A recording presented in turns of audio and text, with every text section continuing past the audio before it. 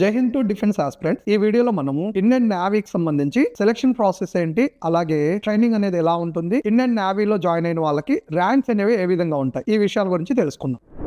First, Indian నేవీలో job వచ్చిన వాళ్ళని sailor గా ట్రీట్ చేస్తారు. ఇండియన్ నేవీలో చూసుకున్నట్లయితే రెండు రకాల జాబ్స్ ఉంటాయి, ఎస్ఎస్ఆర్ అలాగే ఎంఆర్. ఎస్ఎస్ఆర్ అనేది ఇంటర్మీడియట్ క్వాలిఫికేషన్ అర్హతతో ఉన్న జాబ్, అలాగే ఎంఆర్ అనేది 10th క్లాస్ అర్హతతో ఉన్న జాబ్. ఎస్ఎస్ఆర్ అనగా సీనియర్ సెకండరీ రిక్రూట్, అలాగే ఎంఆర్ అనగా మెట్రిక్ రిక్రూట్మెంట్. వీటికి సంబంధించి సెలక్షన్ ప్రాసెస్ చూసినట్లయితే ఎస్ఎస్ఆర్ అయినా సరే ఎంఆర్ అయినా సరే ఇనిషియల్ గా ఎంట్రన్స్ టెస్ట్ ఉంటుంది. ఈ ఎంట్రన్స్ టెస్ట్ ఎవరైతే క్వాలిఫై అవుతారో వాళ్ళని ఫిజికల్ టెస్ట్ కి సంబంధించి కాల్ లెటర్ అనేది వస్తుంది. ఫిజికల్ ఫిట్నెస్ టెస్ట్ ఎవరైతే క్వాలిఫై అవుతారో వాళ్ళకి సంబంధించి ఫైనల్ గా మెడికల్ చెకప్ ఉంటుంది. ఈ 3 టెస్ట్లు ఎవరైతే క్వాలిఫై అవుతారో వాళ్ళని ఇండియన్ నేవీలో సేలర్ గా జాబ్ లోకి తీసుకున్నట్లు జరుగుతుంది. సో ఈ విధంగా ఎవరైతే జాబ్ లోకి జాయిన్ అవుతారో వాళ్ళని ట్రైనింగ్ కోసం పిలుస్తారు. ఈ ట్రైనింగ్ అనేది ఐఎన్ఎస్ చిల్కాలో ఉంటుంది. INS means Indian naval ship. అలాగే చిల్కా అనేది ఇండియన్ నేవీకి సంబంధించి ఇండియా మొత్తం మీద లార్జెస్ట్ ట్రైనింగ్ బేస్ అన్నమాట. సో ఈ విధంగా ట్రైనింగ్ లో అడుగు పెడతారు. ట్రైనింగ్ అనేది 2 విధాలుగా ఉంటుంది, అంటే 2 స్టేజెస్ లో ఉంటుంది. మొదటిది వచ్చేసి బేసిక్ మిలిటరీ ట్రైనింగ్. ఈ బేసిక్ మిలిటరీ ట్రైనింగ్ అనేది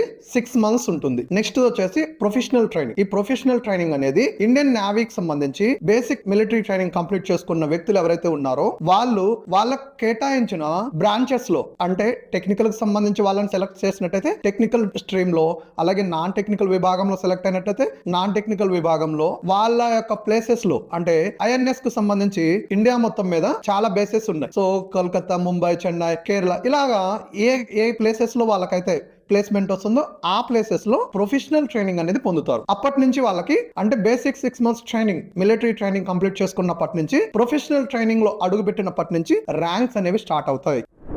ఇండియన్ నేవీకి సంబంధించి అగ్నిపథ్ అనేది 4 years ఉంటుంది. ఈ 4 years లో ఉండే ర్యాంక్స్ ఏ విధంగా ఉంటాయి, అలాగే ఆఫ్టర్ 4 years తర్వాత ర్యాంక్స్ అనేవి ఎలా ఉంటాయి అనేది క్లియర్ గా తెలుసుకుందాం. ఫస్ట్ 4 years లో ఉన్న ర్యాంక్స్ లో మొట్టమొదటి ర్యాంక్ వచ్చేసి సీమ్యాన్ 1. ఈ సీమ్యాన్ 1 తర్వాత 2 years తర్వాత సీమ్యాన్ 2 ర్యాంక్ లో అడుగు పెడతారు. సీమ్యాన్ 2 ర్యాంక్ తర్వాత 1 year తర్వాత, అంటే థర్డ్ ఇయర్ స్టార్టింగ్ లో లీడింగ్ సీమ్యాన్ గా అడుగు పెడతారు. లీడింగ్ సీమ్యాన్ ఎవరైతే జాయిన్ అవుతారో లీడింగ్ సీమ్యాన్ ర్యాంక్ లో వాళ్ళకి సంబంధించి చిహ్నం అనేది, అంటే ఇన్సైన్ అనగా చిహ్నం అనేది పొందుతారు. ఇక అగ్నిపథకు సంబంధించిన 4th year వరకు లీడింగ్ సీమ్యాన్ ర్యాంక్ మాత్రమే ఉంటుంది. ఈ విధంగా అగ్నిపథ్ అనేది 4 years కంప్లీట్ అవుతుంది. ఇక ఎవరి బిహేవియర్ అయితే బాగుంటుందో వాళ్ళని 5th year లో వాళ్ళ నేమ్ అనేది చేర్చడం జరుగుతుంది. ఈ విధంగా 5th year లో అడుగు పెట్టిన వాళ్ళకి 15 years సర్వీస్ ఉంటుంది. ఈ 15 years సర్వీస్ లో ఉన్న హైయెస్ట్ ర్యాంకులు ఏ విధంగా ఉంటాయి అనేది ఇప్పుడు తెలుసుకుందాం. లీడింగ్ సీమ్యాన్ తర్వాత 5th year లో అడుగు పెట్టిన వాళ్ళకి వచ్చే ఫస్ట్ ర్యాంక్ వచ్చేసి చూసుకున్నట్లయితే పెట్టి ఆఫీసర్. ఈ పెట్టి ఆఫీసర్ తర్వాత చీఫ్ పెట్టి ఆఫీసర్ ఉంటుంది. చీఫ్ పెట్టి ఆఫీసర్ తర్వాత